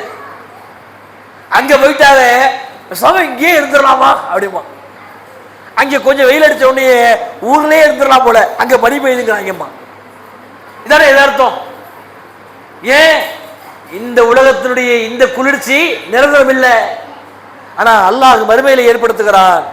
அங்கே உங்களை வெயில் கடுமையாக தீண்டவும் தீண்டாது, குளிர் கடுமையாக தீண்டவும் தீண்டாது. எந்த அளவிற்கு என்று சொன்னால் அதை நீங்கள் அத்துணை நபர்களுமே ரசிக்கிற வகையில் எல்லாரும் நேசிப்போம். அடுத்து நபிகளார் குறிப்பிடுறாங்க, அதே சொர்க்கத்துக்குள்ள மாளிகைகள். இந்த உலகத்தில் ஒரு வீடு கட்டுறோம்ங்க, எப்படி கட்டுறோம்? நம்ம வீடு மற்ற வீடு மாதிரி இருக்கக்கூடாது, ஏதாவது வித்தியாசம் இருக்கணும். டைல்ஸ்லையோ, எலிவேஷன்லையோ, ஏதாவது பெயிண்டிங்லையோ. மற்ற வீடை பார்க்கும் பொழுது என் வீடு தனியார் தெரியும் விரும்புகிறோம், ஆசைப்படுறோம், தப்பு இல்லை. ஆனால் நபிகளார் சொன்னார்கள், சொர்க்கத்துக்குள்ள அல்லாஹ் ரப்புல் ஆலமீன் ஒவ்வொருத்தருக்கும் ஒரு வீட்டை தருவான். அந்த வீடு எப்படி இருக்கும் தெரியுமா? அன்னை கத்தீஜா ரலியல்லாஹு அன்ஹா, நபிகளாருடைய முதல் மனைவி அன்னையார். அந்த கத்தீஜா அம்மையாருக்கு அல்லாஹ் தருகிற வீட்டை பற்றி நபிகளார் சொல்கிறார்கள், முழுக்க முழுக்க முத்தால் ஆன கண்ணாடி மாளிகை. முன்னறிவிப்பு கொடுக்கிறான் அல்லாஹ். ஒரு பெரிய உருண்டையா இருக்குது, முத்து மாதிரி மின்னிக்கிட்டு இருக்குது, ஒரு சிறிய துளை இருக்குது, அதுதான் வீட்டுடைய என்ட்ரன்ஸ். உள்ளுக்குள்ள போனா பல மாடி இருக்குது. நபிகளார் சொல்கிறார்கள், அல்லாஹ் கத்தீசாவுக்கு தருக இருக்கிற அந்த சொர்க்கத்தின் மாளிகையானது முத்தால் ஆன மாளிகையாக இருக்கும். இது அவங்களுக்கா? அடுத்து பாருங்க, இன்னொரு மாளிகை ரசூலுல்லாஹ் சொல்றாங்க, நான் மிகராஜ் பயணத்துக்கு அழைத்து செல்லப்பட்டேன். அப்பொழுது ஒரு கண்ணாடி மாளிகையை பார்த்தேன். அந்த கண்ணாடி மாளிகையில் ஒரு பெண் ஒருத்தி தன்னை அழகுபடுத்திக் கொள்வதற்காகவும் தொழுகை நடத்துவதற்காகவும் தயாராவதை போன்று அங்கே நீரூற்றிலே ஒழு செய்து கொண்டிருந்தால், அவ்வளவு அழகாக தன்னை அழகுபடுத்திக் கொள்வதில் ஆர்வம் காட்டிக் கொண்டிருந்த அந்த பெண்ணை பார்த்த நான் என்னை அழைத்து சென்ற ஜிப்ரீல் அலைஹிஸ்ஸலாம் கேட்டேன், அவங்க யாரு? உடனே ஜிப்ரீல் அலைஹிஸ்ஸலாம் கூறினார்கள், அவங்க யார் தெரியுமா? அந்த மாளிகை யாருக்கு தெரியுமா? உமர் பின் கத்தாப் அவர்களுக்கானது. இது ரசூல் ஸல்லல்லாஹு அலைஹி வஸல்லம் கேட்ட உடனே அந்த இடத்திலேயே சொல்லுகிறார், உமர் ரொம்ப ரோசக்காரரு, ஆகையினால அந்த வீட்டுக்குள்ளேயும் நம்ம போகல, அந்த பெண்ணையும் நம்ம பார்க்கல, நான் திரும்பிட்டேங்கிறாங்க. ஏன் தெரியுமா? நபிகள் நாயகம் ஸல்லல்லாஹு அலைஹி வஸல்லம் அவர்கள் வீட்டிலே அமர்ந்திருக்கிறார்கள். சுத்தி பெண்கள் எல்லாம் உட்கார்ந்துருக்காங்க. பெண்கள்னா அந்நிய பெண்கள் இல்ல, அவங்க குடும்பத்தோடைய பெண்கள். ரொம்ப சகஜமா பேசிக்கிட்டு இருக்கிறாங்க மனைவிமார்களா சேர்ந்து. அவர் ரசூலுல்லாஹ்வும் சிரிச்சு பேசிட்டு இருக்கிறார். திடீர்னு உமர் ரலியல்லாஹு அன்ஹு வர்றாங்கன்னு சொல்லிட்டு பிலால் ரலியல்லாஹு அன்ஹு வேகமா உள்ள வந்து, அல்லாஹ்வின் தூதரே உமர் அவர்கள் வந்து கொண்டிருக்கிறார் அப்படின்னாங்க. உடனே பெண்களை பார்க்கணுமே, ரசூலுல்லாஹ்வே ஆச்சரியப்பட்டு விட்டாரு. உமர் வர்றாரு சொன்ன உடனே இழுத்து இழுத்து போத்திக்கிட்டு எல்லாம் போய் சரண்டர் நிக்குது. அப்படி அப்படியே ரசூலுல்லாஹ்க்கு ஒரு நிமிஷம் ஒன்றும் விளங்கல. உமர் அலி வர்றாங்க. வந்த உடனே அல்லாஹ்வுடைய தூதர் அவர்கள் உமரை மறைக்க முடியாம டைரக்டாவே சொல்லிட்டாரு, எப்போ நான் இவ்வளவு நேரம் பேசிக்கிட்டு இருந்தேன், எல்லாம் அப்படி இப்படி காலிட்டு உட்கார்ந்து இருந்து பேசிக்கிட்டு இருந்துச்சுங்க, ஆனா நீ வந்த உடனேயே எல்லாம் ஓடிட்டாங்க. உடனே உமர் அலி அவங்க கோபத்துல, என்ன காரியம் பண்ணீங்க? எங்க யார் வீட்டில் போயிட்டு? ரசூலுல்லாஹ்வுடைய வீட்டில் போயிட்டு, அவங்க மகளும் இருக்கிறாங்க, அவங்க சித்திக் அவங்களுடைய மகளும் இருக்கிறாங்க, மற்றவங்களும் இருக்கிறாங்க. அந்த இடத்துல உமர் அலி அவர்கள் கோபத்துல, என்ன முடிவு எனக்கு பயப்படுறீங்க அப்படிங்களா? பார்த்த உடனே ஆயிஷா அம்மையார், பாத்தீங்களா இதுக்கு தான் அப்படின்னா. அப்போ அந்த அளவுக்கு உமர் அலி அவர்கள் ரோசக்காரரு. இந்த ஹதீஸ் அறிவிச்ச உடனே உமர் அலி அவர்கள் அழுது கொண்டே கேட்கிறார்கள், அல்லாஹ்வின் தூதரே உங்கள்கிட்டயுமா நான் ரோசப்படுவேன்? அப்ப ரசூலுல்லாஹ் சொல்றாங்க, இல்ல உமரே, நீங்க சொர்க்கத்தில் இருப்பது எனக்கு மகிழ்ச்சி அளிக்கிறது, அவ்வளவுதான். அடுத்து பாருங்க, பிலால் ரலியல்லாஹு அன்ஹு சொர்க்கத்துக்குள்ள ரசூலுல்லாஹ் போகணும். போகிற பொழுது யாரோ ஒருத்தர் ரசூலுல்லாஹ் அழைச்சிட்டு போற மாதிரியான ஒரு காட்சியை மிஹ்ராஜில் அல்லாஹ் காட்டுறான். காலினுடைய செருப்பு ஓசையை பார்க்கறாங்க ரசூலுல்லாஹ். நம்ம கூட நம்ம மனைவியுடைய ஷூ சைஸ் தான் தெரியாது. எத்தனை பேருக்கு தெரியும்? என் மனைவியுடைய செப்பல் சைஸ் 6, 7, 8 சொல்லுங்க பார்க்கலாம். சரி, கணவனுடைய செருப்பு சைஸ் எத்தனை பேர் தெரியும்? புள்ள சைஸை கேளுங்க. புள்ளையா இவ்வளோண்டு இருந்துச்சுப்பா, இப்ப இவ்வளவு வந்திருப்பான். ஆனா அல்லாஹ்வுடைய தூதர் ஸல்லல்லாஹு அலைஹி வஸல்லம் அவர்கள் பிலால் ரலியல்லாஹு அன்ஹு அவர்களை எவ்வளவு கவனிச்சிருப்பாருன்னு பாருங்க. பிலால் ரலியல்லாஹுடைய செருப்பினுடைய பாதத்தினுடைய அந்த அளவு இறை தூதருக்கு யோசிக்கிறார், சொல்லுகிறார் பிலால் இடத்துல, பிலால் அவர்களே, நான் சொர்க்கத்துக்குள்ள உன் கால் தடி தடத்தை பார்த்தேன், அப்படி நீ என்ன பண்ண? ரசூலுல்லாஹ்வே ஆச்சரியத்தை கேட்கிறாங்க, அப்படி என்ன பண்ண? பிலால் ரலி அவர்கள் சொல்கிறார்கள், அல்லாஹ்வின் தூதரே, நான் எப்பொழுதெல்லாம் தொழ வேண்டும் என்று என் உள்ளம் சொல்லுகிறதோ அப்பொழுதெல்லாம் உடனே எந்த வேலையில இருந்தாலும் சரி, எந்த காரியத்தில் இருந்தாலும் சரி, எந்த தொழில இருந்தாலும் சரி, வேக வேகமா போய் ஒழு செய்வேன், 2 ரக்காத் தொழுதுருவேன். இப்ப கொஞ்சம் யோசிச்சு பாருங்களேன். பிலால் ரலியல்லாஹு அவர்களை முழுக்க முழுக்க சொர்க்கத்துக்குள்ளே சேர்த்த ஒரு காரியம் என்பது தொழுகை. உண்மையிலேயே நாம இந்த மாதிரி கடமையான தொழுகையை ரசிச்சிருக்கிறோமா? சுன்னத்தை விடுங்க, நபியில விடுங்க. நபியில் எத்தனை நபர்கள் 5 நேர தொழுகையில ஜமாத்தோடு தொழுகிறோம்? கொஞ்சம் யோசிச்சு பாருங்க. பிலால் ரலியல்லாஹு அவனை பார்த்து நபிகளார் சொன்னார்கள், பிலாலே தொழுகையே உங்களை அங்கே சேர்த்தது. சில வசூலுக்கு வருவாங்க, இந்த பள்ளிவாசலுடைய வசூலுக்காக. ஏன் இந்த நேரத்தில் வர்றாங்க அப்படின்னா, இந்த லைலத்துல் கத்ர் இரவுல நீங்கள் செய்கிற அதிகமான தர்மங்கள் என்னன்னா 1000 மாதங்களை விட சிறந்த ஒரு கூலியை பெற்று தருகிறது. அந்த வகையில ஆண்களும் பெண்களும் பயப்படாதீங்க, காசு கொடுத்தா திந்துரும் நினைக்காதீங்க, அள்ளி கொடுங்க. இன்ஷா அல்லாஹ் அல்லாஹ் உங்களுக்கு பன்மடங்காக திருப்பி கொடுப்பா. அதை கவனத்தில் கொண்டு இன்ஷா அல்லாஹ் தர்மத்தை பெருந்தன்மையோடு செய்யுங்கள். இதுல இன்னொரு நிகழ்வை பாருங்க. அதே சொர்க்கத்துக்குள்ள நபிகள் நாயகம் ஸல்லல்லாஹு அலைஹி வஸல்லம் அவர்கள் நடக்கக்கூடிய சில நிகழ்வுகளை சொல்றாங்க. என்னெல்லாம் நடக்கும் தெரியுமா அப்படின்னு அல்லாஹ் அறிவிச்சு கொடுத்ததையும் குர்ஆன்ல சொன்னதையும் மக்களுக்கு உரை நிகழ்த்துகிறார்கள். அதை ரசூல் ஸல்லல்லாஹு அலைஹி வஸல்லம் சொல்றாங்க, சில மக்கள் அங்கே இருப்பார்கள். அவங்க எப்படிப்பட்டவங்க அப்படின்னா, நம்ம ஊருக்காரங்க மாதிரியே. நம்ம ஊர்ல எப்படி ஊருக்கு 4 காமெடியன் இருப்பாங்கல்ல, 4 பேர் இருப்பான், எப்பவும் சிரிச்சுக்கிட்டே இருப்பான். நாட்டில் அவ்வளோ பிரச்சனை ஓடிட்டு இருக்கும், அது ஓடிட்டு இருக்கட்டும் பாய் அப்படிம்பா. எதை பற்றியும் கவலை மாட்டாங்க, குதர்க்கமாகவே சில காரியங்களை செய்வாங்க. அப்பேற்பட்ட மக்களும் அங்கே இருப்பார்கள். நபிகளார் சொல்கிறார்கள், அல்லாஹ் சொர்க்கத்துக்குள்ள சில பேர் அனுப்பிட்ட உடனே சில மக்கள் அல்லாஹ்விடத்துல வாலண்டியரா சில கேள்வி கேட்பாங்க, கோரிக்கை வைப்பாங்களாம். என்ன கோரிக்கை அப்படின்னா, அல்லாஹ்விடத்துல வந்து நம்மால் சொல்லுவான்ல, விவசாயமே தெரியாட்டி கூட ஒரு இடத்த பார்த்த உடனே இது சூப்பரா விளையும் விளையாதுமா, அவனுக்கு நாலேஜ் இருக்காது. செம்மண்ணு கரிமண்ணுமா, கரிமண்ணை கரிசல் மண்ணுமா அப்படிலாம் இருக்கும். ஆனா அங்க என்னன்னா, இந்த மண்ணில் விவசாயம் பண்ணி பண்ணி பழகி அந்த மனிதனுடைய நஃப்ஸை பாருங்க. சொர்க்கத்தில் இருக்கிற மண்ணு கஸ்தூரி மண்ணு. அவனுக்கு என்ன ஆசைனா, செம்மண்ணில் விவசாயம் பண்ணிட்டோம், களிமண்ணில் விவசாயம் பண்ணிட்டோம், இன்னும் நம்ம ஊர்ல எத்தனையோ மண்ணில் விவசாயம் பண்ணிட்டோம், இந்த கஸ்தூரி மண்ணிலையும் விவசாயம் பண்ணி பார்த்துருந்தோம். அல்லாஹ் வந்து கேட்பானா, இறைவா எங்களுக்கு ஒரு ஆசை இருக்கிறது. என்ன ஆசைனா, இந்த கஸ்தூரி மண்ணில் விவசாயம் பண்ணி பார்க்கணும். உடனே அல்லாஹ் சொல்லுவானா, இப்படி ஒரு ஆசையா? ஆமா, அதை மட்டும் நீ தவிர்த்துறாத, எங்களால் தாங்க முடியாது. நீனா பார்த்து அனுமதி கொடுத்தீங்கன்னா விவசாயம் பண்ணிக்குவோம். அப்பொழுது இறைவன் சொல்வானாம், நீங்கள் விரும்பியபடியே செய்து கொள்ளுங்கள்.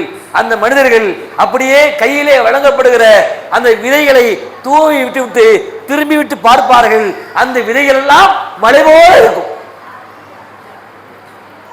இதை சொல்லிட்டு ரசூலுல்லாஹ் சொன்னதான் ஹைலைட். நபிகளார் சொன்னார்கள், ஆதமுடைய வாயை மண்ணை தவிர எதுவும் நிரப்பார். ஏன்? அல்லாஹ் எங்கே கொண்டு போய் நிறுத்தி இருக்கிறான், அங்கே போய் தைரியமா காமெடி பண்ற மாதிரி அவன் வேலை பார்க்கலாம் பாருங்களேன். இன்னும் சொல்ல போனால் இது விவசாயம் மட்டும் இல்ல, நீங்களும் கேட்கலாம் நானும் கேட்கலாம். யாரெல்லாம் இங்க கார் ஓட்டுறாங்களோ, யாரெல்லாம் சவாரி ஓட்டி பார்க்கணுமாம்மா, யாரெல்லாம் இங்க கடையில மளிகை பொருள் வித்துட்டு இருக்கிறானோ அவன் கூட ஆசைப்படுவான், வெள்ளிக்கிழமை கடை வீதியில் நான் கடை கொடுக்கணுமாம்மா. நடக்கும், அல்லாஹ் தடுக்க மாட்டான். ஏன்? அங்கே அவர்கள் விரும்பியது அவர்களுக்கு வழங்கப்படும், எதை கேட்டாலும் கொடுப்போம். அடுத்து பாருங்க,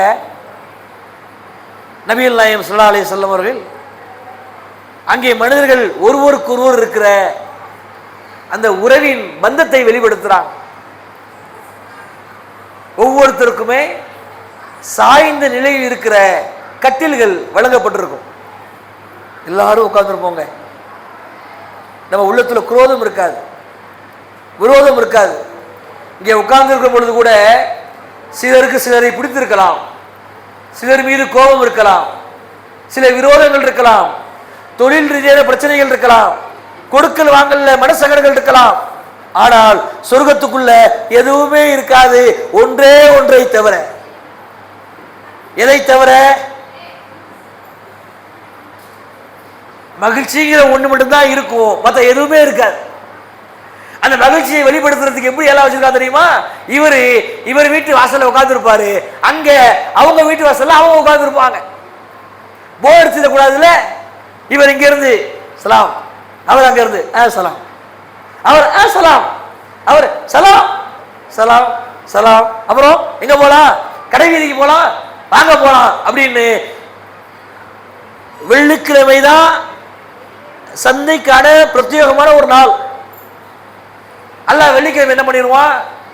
அவங்க உங்களுக்கு தேவையான குதிரை, எல்லாருக்கும் ஆசை இருக்கும் குதிரை ஓட்டணும்னு, ஆடி கார் வச்சிருக்கணும்னு ஆசை இருக்கும், நல்ல சொகுசான வாகனம் ஆசை இருக்கும்.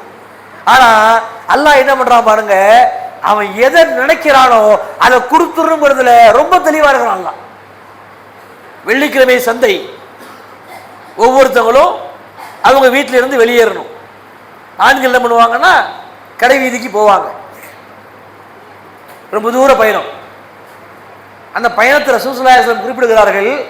அவர்கள் பயணிக்கிற பொழுது அந்த மண் அப்படியே ஒரு காற்று அடிச்ச உடனேயே அந்த மண்ணுடைய காற்றோடு சேர்ந்து மேனியில அடிக்கும். அடிச்ச உடனேயே போனவர் நினைச்சிட்டு இருப்பாரு நம்ம ஒண்ணுமே பண்ணல, பர்ச்சேஸ் பண்ண போயிருக்கிறோம், தேவையானதை வாங்குவாரு, வாங்கிட்டு திரும்ப வரணும்ல. திரும்ப வர்றாரு.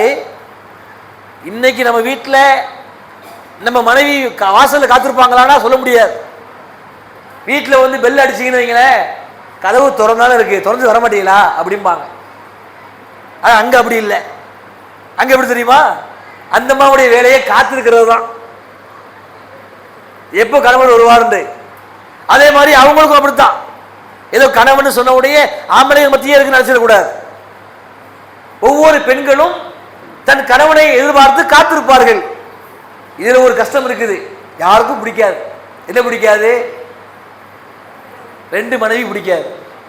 ஆனா அல்லாஹ் அங்க வச்சிருக்கிறான், வேற வழி இல்லை. ஒவ்வொருத்தருடைய அந்த வீட்டினுடைய ஒவ்வொரு மூலையிலும் மனைவி மாதிரி காத்திருப்பாங்க. அங்கிட்டு ஒருத்தவங்க இருப்பாங்க, இங்க ஒருத்தவங்க நிற்பாங்க. இவர் வந்தவர் நல்ல பொருள்லாம் வாங்கிக்கிட்டு மனைவி பார்க்க போகணும்ல, சும்மா போக முடியாதுல்ல. நம்ம வீடாவது என்ன சொல்லுவாங்க, போனடிச்சு 4 லிட்டர் பால், என்ன கிரீன் வாங்குங்க, ப்ளூ வாங்கிடாதீங்க, வீணா போன மாதிரி ஆயிரும். அடுத்து 5 ரூபாய் கொத்தமல்லி கருவேப்பிலம்பாங்க. அங்க அப்படிலாம் இல்லை. அங்க எப்படின்னா நீங்க வந்தா மட்டும் போதும். அந்த மாதிரி வந்தவங்க ஆண்கள் அப்படியே தங்களுடைய வாகனத்தை நிறுத்திவிட்டு வீட்டுக்குள்ளே வருகிற பொழுது அந்த ஆணுக்கும் பெண்ணுக்குமான உரையாடலை நபிகளார் சொல்லுகிறார்கள். அந்த ஆணை பார்த்த உடனேயே அந்த பெண் கேட்பாளாம், இவ்வளவு அழகா இருக்கிறீங்க, போகும்போது கூட இவ்வளவு அழகா இல்லையங்க, எங்க எதுவும் பார்லரா, பியூட்டி பார்லரா அப்படின்னு அவங்க கேட்பாங்க. உடனே அவர் சொல்லுவாரு, சரி என்ன நீங்க சொல்றீங்க, நீங்க அப்படி இல்லையப்பா, நான் போகிறதுக்கு முன்னாடி பார்த்ததை விட இப்போ இன்னும் ரொம்ப அழகா பிரைட்டா இருக்கிறீங்க. அல்லாஹ் சலிக்காத ஒரு வாழ்க்கையை ஏற்படுத்துகிறான். இங்கே நமக்கு சலிச்சு போகுது, இங்கே நம்முடைய வாழ்க்கை என்பது நிரந்தரம் இல்லாதது. அங்க அல்லாஹ் வச்சிருக்கா பாருங்க, அந்த மனைவியினுடைய அந்த ஸ்பரிசம், அந்த பாசம், கணவனுடைய ஸ்பரிசம் ஸ்பாசம் எந்த அளவிற்கு நபியரார் வர்ணிக்கிறார்கள். அவர்கள் ஒருவரை ஒருவர் கடுமையாக காதலிப்பார்கள். நேசம் அங்க இருக்கும். அதுல ரசூலுல்லாஹ் குறிப்பிட்டாங்க, நீங்க விரும்பியவர்களோடு இருக்கலாம்னு. அதை நீங்க தான் முடிவு பண்ணிக்கணும். உங்க மனைவியோடு இருக்கிறீங்களா, அல்லது மனைவி உங்க கணவனோடய சேர்ந்து அங்க இருக்க விரும்புறீங்களா? இல்ல இல்ல பாய், அவர் நல்லா இருக்கட்டும் விட்டுருங்க, இல்ல இல்லங்க அவங்க நல்லா இருக்கட்டும் விட்டுருங்கன்னு சொல்லி நீங்க விட்டு கொடுக்குறீங்களா, சேர்ந்து வாழ்றீங்கிறது அங்க நீங்க முடிவு பண்ணிக்கலாம். யாரும் தடுக்க முடியாது. அதுலயும் இளமை மாறாத சிறுவர்கள் அங்க வச்சிருக்கிறான்ல. யார் அந்த இளமை மாறா சிறுவர்கள்? பணிவிடை செய்வதற்காக. இங்க நம்ம வீட்டில் பிள்ளைய கடைக்கு போடானா 10 தடவை கெஞ்சணும்.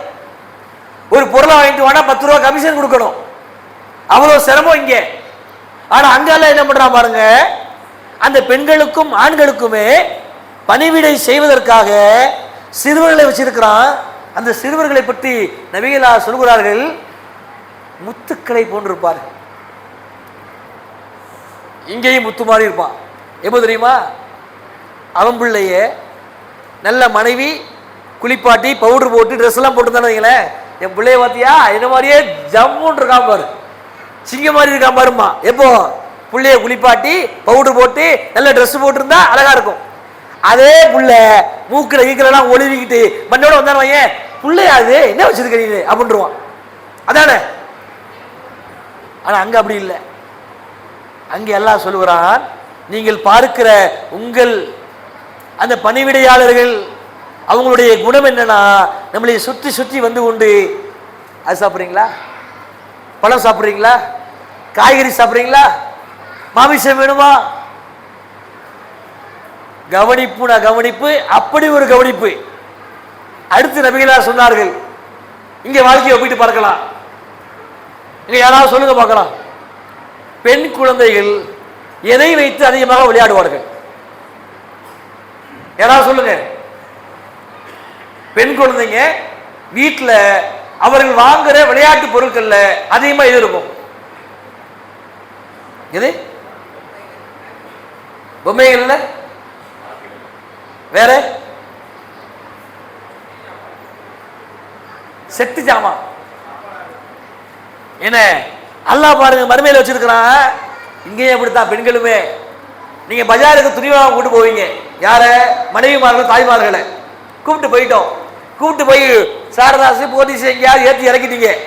இறக்குன உடனே எங்க ஒரு 10 நிமிஷம் இல்லைங்க வந்துடுறேன்பாங்க.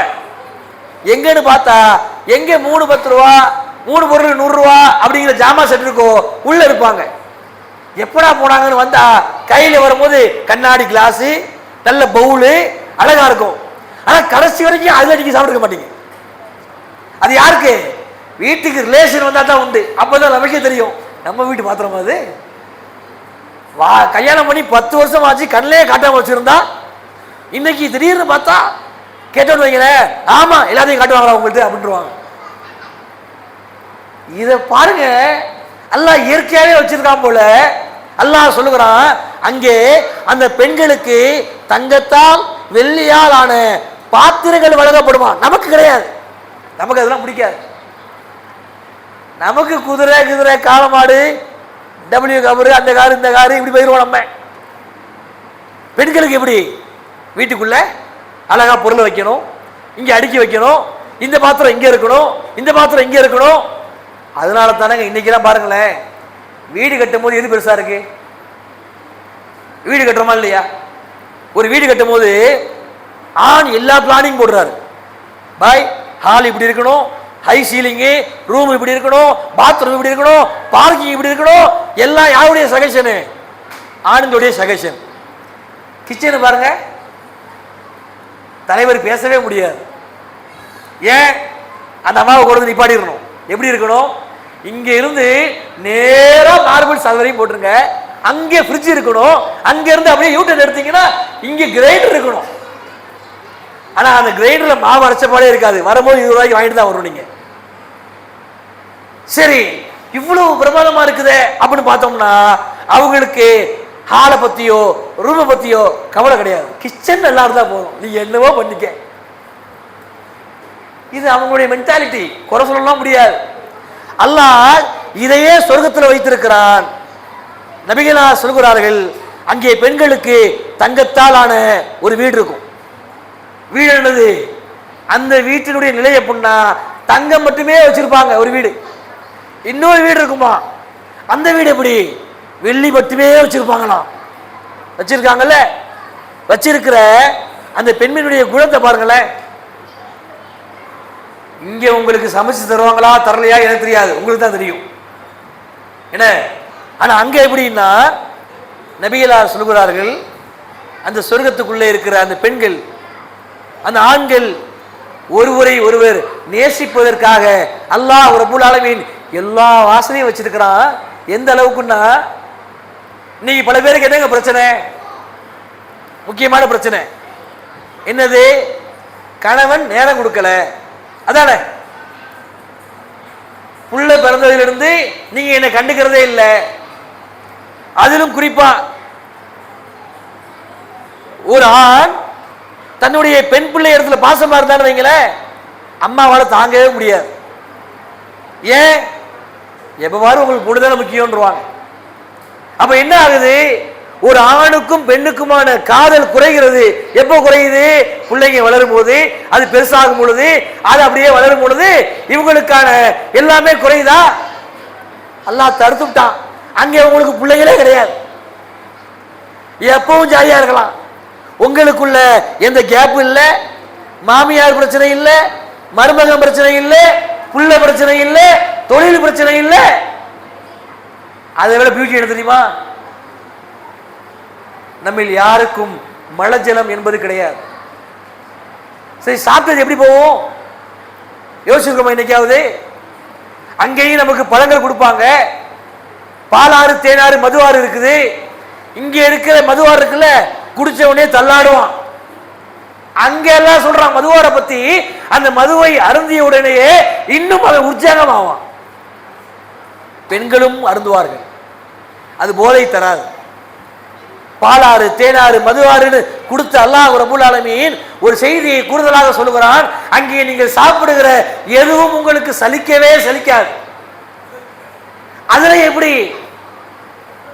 தென்னை மரம் வளர்த்துருவோம், உண்மைதானே? பனைமரம் வளர்த்துருவோம். வளர்த்துவிட்டு அதை பறிக்கிறதுக்கு ஆள் கிடைக்காம மரத்திலேயே அது வீணா போயிடும். அல்லாஹ் என்ன பண்றான் தெரியுமா?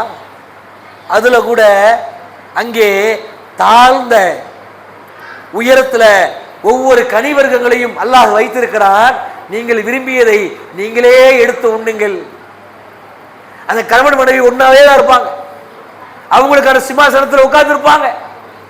எந்த அளவிற்கு என்று சொன்னால் நபிகளார் கூடுதலாக சொல்கிறார்கள், அந்த நேசம் என்பது அழிவே இல்லாத நேசம். அப்ப உடல்ல இருக்கிற கழிவுகளும் இன்ன பிற கெடுதல்களும் எப்படி வெளியேறும்? வியர்வை தான். அந்த வேர்வையை ரசூலுல்லாஹ் சொன்னாங்க, கஸ்தூரி மாதிரி வெளியே போகும் வியர்வை. இறுதியாக அல்லாஹ் வருவான். இதான் ஹைலைட். அந்த சொர்க்கத்துடைய மரம், நிழலு, பாலாறு, தேனாறு, மது ஆறு, சுத்தி மரம், காலுக்கு கீழே நீர் ஓட, தேனு, அதையெல்லாம் கொஞ்சம் அப்படியே உள்ளத்துக்குள்ள கொண்டு போய் பாருங்க. இந்த உலகமெல்லாம் ஒண்ணுமே இல்லடா. நமக்குள்ள பேசிக்குவோம். எந்த உலகத்துக்காக நான் தொழுகையை விட்டு ஓடுறேனோ, எந்த தொழிலுக்காக என் ஈமான் பறி போகிறதோ, எந்த தொழுகைக்காக என் அல்லாஹ்வை நான் மறுக்கிறேனோ, எல்லாம் ஒண்ணு கிடையாது. சொர்க்கத்தை கம்பேர் பண்ணும் பொழுது அதனால தான் அல்லாஹ் சொல்லுவான், வானம் மற்றும் பூமி அளவுக்கு பறந்து விரிந்திருக்கிற சொர்க்கத்தை நோக்கி விரையுங்கள், இந்த உலகத்தை நோக்கி விரையாதீங்க. இந்த ரமலான் ஒரு வாய்ப்பு. இந்த ரமலான்ல இருந்தாவது நம்முடைய தொழில், நம்முடைய வியாபாரம் ஒருபோதும் நம்முடைய வணக்க வழிபாடுகளுக்கு தடையா இருக்கக்கூடாது. 5 நேர தொழுகைக்கு இந்த வியாபாரம், என் தொழில், என் குடும்பம், என் மனைவி, என் பிள்ளை பாரமா இருக்கக்கூடாது. அல்லாஹ் என்ன பண்ணான் தெரியுமா? எல்லாரையும் உள்ளுக்குள்ள வந்த உடனேயே விசிட்டிங் வருவான். குர்ஆன்லயே அல்லாஹ் சொல்கிறான், அல்லாஹ் பேச வருவான். ஒவ்வொரு மக்களையும் பார்த்து, நான் உங்களுக்கு வாக்குறுதி கொடுத்த மாதிரி மகிழ்ச்சி இங்க இருக்கான்னு கேட்கறதுக்கு அல்லாஹ் வர்றாங்க. அந்த அல்லாஹ்வை நீங்களும் நானும் பார்த்ததில்லை. பார்க்காமலேயே வணங்கி கொண்டிருக்கிறோம், பார்க்காமலேயே நம்பிக்கை கொள்கிறோம், பார்க்காமலேயே கையேந்தி அழுகிறோம். அவனை பார்ப்பதுவே நம்ம இலக்காக வைத்திருக்கிறோம். நபிகளார் சொல்லுகிறார்கள், நாளை வறுமையில் சகாபாக்கள் கேட்கிறாங்க, அல்லாஹ்வின் தூதரே, நாங்கள் அல்லாஹ்வை பார்க்க முடியுமா? நபிகளார் குறிப்பிடுகிறாங்க, மாதத்துடைய நடுவில் முழு நிலவை பார்ப்பதில் உங்களுக்கு சிரமம் இருக்குமா? சகாபாக்கள், இல்ல ரசூலுல்லாஹ், எப்படி அவர் அழகா இருக்குமே, சிரமம் இருக்காதே. அதை போன்று தான் அல்லாஹ்வை நீங்கள் பார்ப்பது சிரமம் இருக்காது. அதுக்கு விளக்கமா அல்லாஹ் என்ன பண்றான்னா, மலக்குமார்களுடைய கரங்கள்ல ஒரு பட்டு துணியில ஒரு பாத்திரத்துல காப்புகள், எந்த காப்பு? தங்க காப்புகளை அல்லாஹ் அடுக்கி வைத்து விட்டு ஒவ்வொருத்தரையும் தேடி வருவான். உங்களை தேடி வருவான், என்ன தேடி வருவான். நம்ம யாரையெல்லாம் இவன் ஏழை, இவெல்லாம் சொர்க்கத்துக்கு வரமாட்டான், இவெல்லாம் அப்படிப்பட்டவன் அப்படின்னு ஒதுக்கி உதாசீனப்படுத்தினோமோ அவன் அங்க இருப்பார். அல்லாஹ்வுடைய பார்வையில எல்லாம் ஒண்ணுதான். உங்கள் பார்வையில வேணா நான் வேற மாதிரி இருக்கலாம், என் பார்வையில நீங்க வேற மாதிரி இருக்கலாம். ஆனா அல்லாஹ்வுடைய பார்வையில யார் ஒருவர் நம்பிக்கை கொண்டு நன்மையை எதிர்பார்த்து ரமலானுடைய மாதத்தில் நோன்பு இருக்கிறார்களோ பாவங்கள் மன்னிக்கப்பட்டு நரகத்திற்கு தடை அப்படின்னா சொர்க்கம்தான்.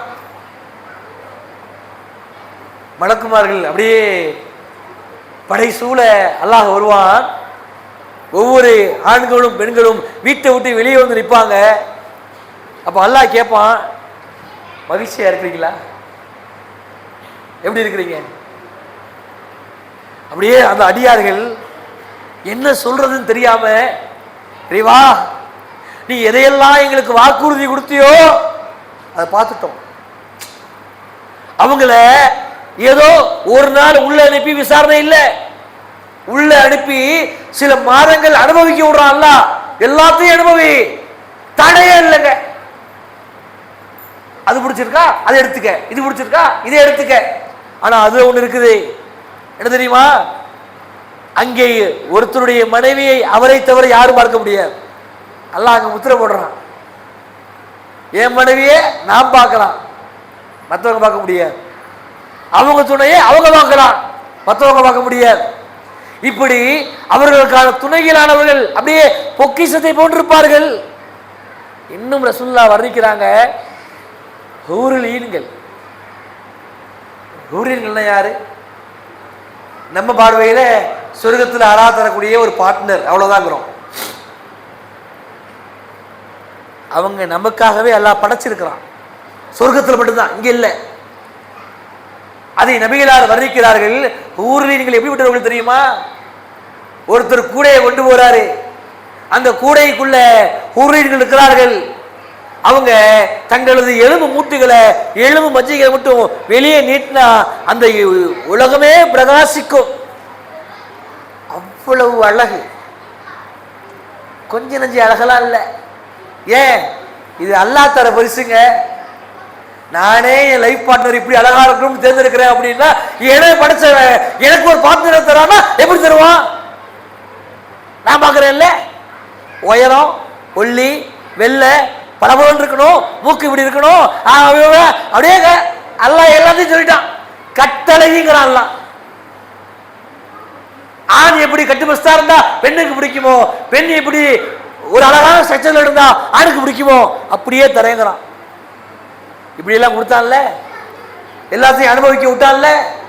விட்ட உடனேயே அல்லாஹ் என்ன பண்றான் பாருங்க, வருகிறான் விசாரணைக்கு. கண்ணியப்படுத்தணும், கௌரவப்படுத்தணும். அல்லாவே பார்க்காம அவன் இத்தனை வருஷம் அல்லாஹ் அல்லாஹ் நம்பணும்ல, அதுக்கான கூலி. நபிமார்கள் சொல்றாங்க, அல்லாஹ் ஒவ்வொரு மனிதரையும் வந்து தனியா விசாரிப்பான். உங்களுக்கு வேற ஏதாவது இருக்குதா? இங்கே கொடுத்துருக்கிறதுலாம் போதுமா? எது பத்தலையா? அப்போ அந்த அடியான் சொல்லுவானா, இறைவா நாங்கள் உலகத்தில் எவ்வளவோ சிரமத்தை எல்லாம் பொறுத்து கொண்டோம்,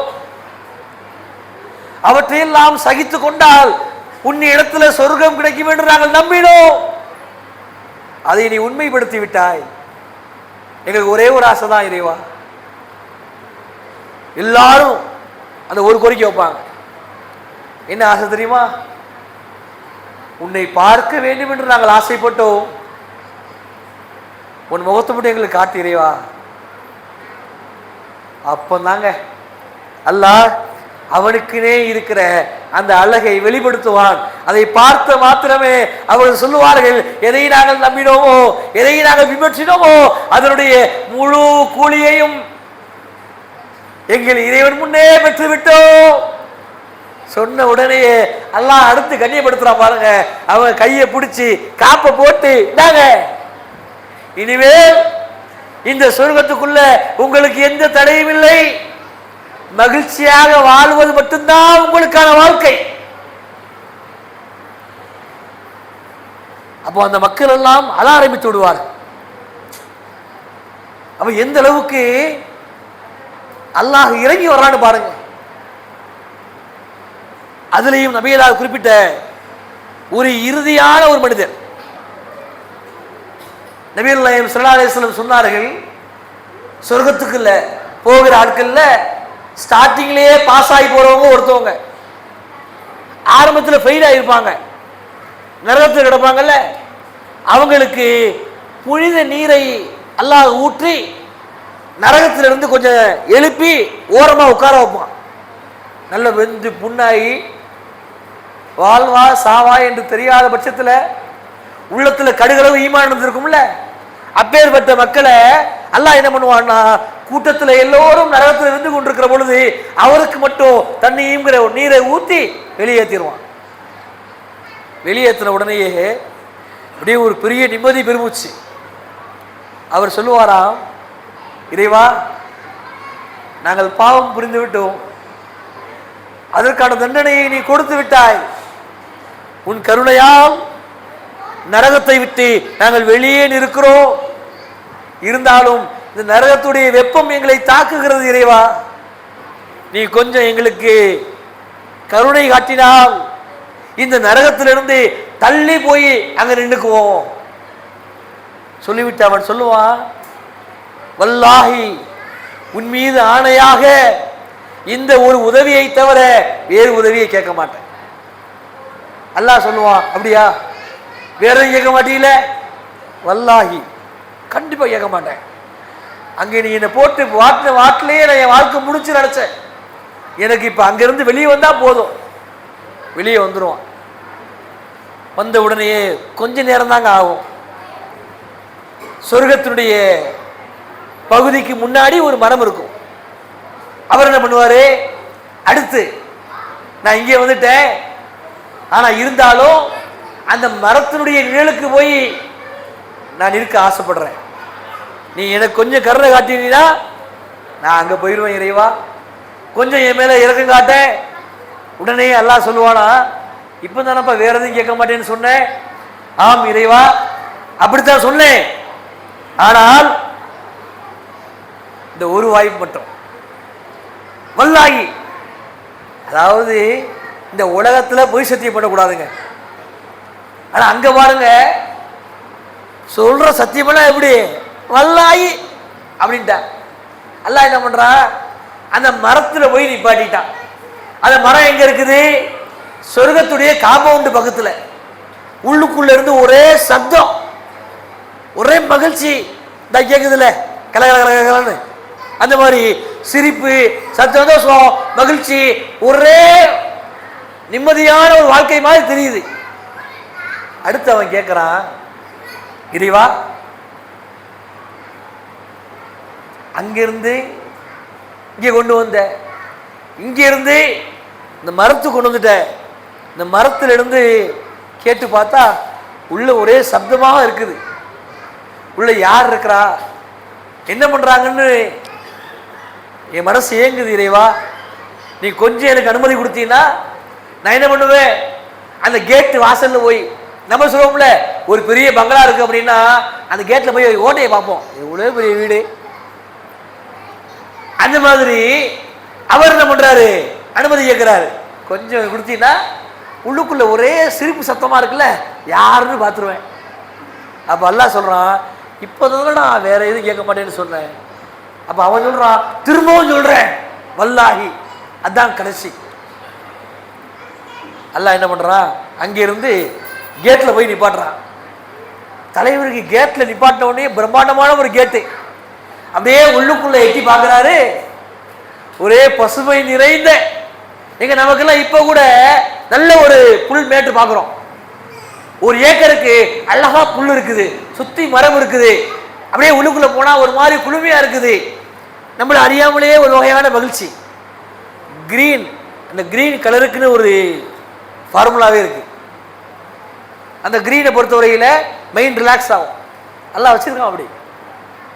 அதனால தான் இந்த இயற்கை எல்லாத்தையும் பாருங்க, ஏன் அல்லாஹ் சிகப்பா வைக்கல, ஏன் எல்லாத்தையும் மஞ்சளா வைக்கல, ஏன் எல்லாத்தையும் கருப்பா வைக்கல? அதுல ஈர்ப்பு இருக்காது. பச்சைக்குன்னு ஒரு ஃபார்முலா அல்லாஹ் வச்சிருக்கான். அவர் என்ன பண்றாரு, இந்த காம்பவுண்டுக்குள்ள அப்படியே எங்கேயாவது ஓட்டை இருக்குமான்னு தேடி பார்க்கறாரு. பார்த்தா சின்ன பிள்ளைங்க, பெரியவங்க, ஆண்கள், பெண்கள் எல்லாம் ஓடி பிடிச்சி விளையாண்டுக்கிட்டு பார்க்க மாதிரி இருக்குது. ஊஞ்சல் விளாடுறது, ஊஞ்சல் விளாடுது.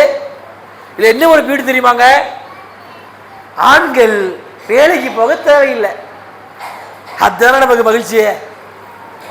யோசிச்சு பாருங்க, வேலைக்கே போக தேவையில்லைன்னு சொன்னா உலகத்துல ஒரு மனிதனுக்கு அதை விட இன்னும் மெதுவா இருக்கும். இது என்ன பியூட்டி. அடுத்து சொல்ற பாருங்க, பெண்கள் சமைக்கவே தேவையில்லை. அப்பா, பெண்கள் ஏன் அம்மா வீட்டுக்கு போறாங்க? ஏன்னா சொல்லுங்க பார்க்கலாம். பெண்கள் ஏன் அவர்களின் தாய் வீட்டிற்கு போக ஆசைப்படுகிறார்கள்? ரெஸ்ட் எடுக்கிறது. போகும்போது எப்படி போவாங்க தெரியுமா? பார்த்தவங்களுக்கு தெரியும். பேக்லாம் பண்ணிட்டு பக்காவா பெருசியம்லாம் அடிச்சு விட்டு அம்மா வீட்டுக்கு போறேன், ஏங்க நீங்க வந்து விடலையா, இல்ல உங்களுக்கு வேலை இருக்கும், நீங்க பாருங்க ஆட்டோல போய் கேட்டு போயிடுவாங்க. போனவங்க 2 நாள் சனி ஞாயிறு லீவு முடிய போகுது, வீட்டுக்கு வரணும். ஏங்க என்னது, எப்போ வந்து கூப்பிட்டுக்கிறீங்க? நீயே வந்துரு. அட ஏங்க எவ்வளோ பொருள் இருக்குது, எப்படிங்க நான் தூக்குறது? ஒரு ரீல்ஸ் கூட பார்த்தேன். அப்பதான் எனக்கு இது தோணுச்சு. அம்மா வீட்டுக்கு போகும்போது பெண்களுக்கு போது ஜலுக்கு ஜல்லில் நடந்து போறாங்க. திரும்பி வரும்போது பார்த்தீங்கன்னா மௌத்தா வீட்டுக்கு வர மாதிரி அப்படியே ஐயோ வந்துருச்சு. போய் அடுப்படியில் பார்க்கணுமா, துணி துவைக்கணுமா, சமைக்கணுமா? அதுலேயும் பிரச்சனை இருக்குல்ல. என்ன பிரச்சனை இருக்குது? சமைக்கணும்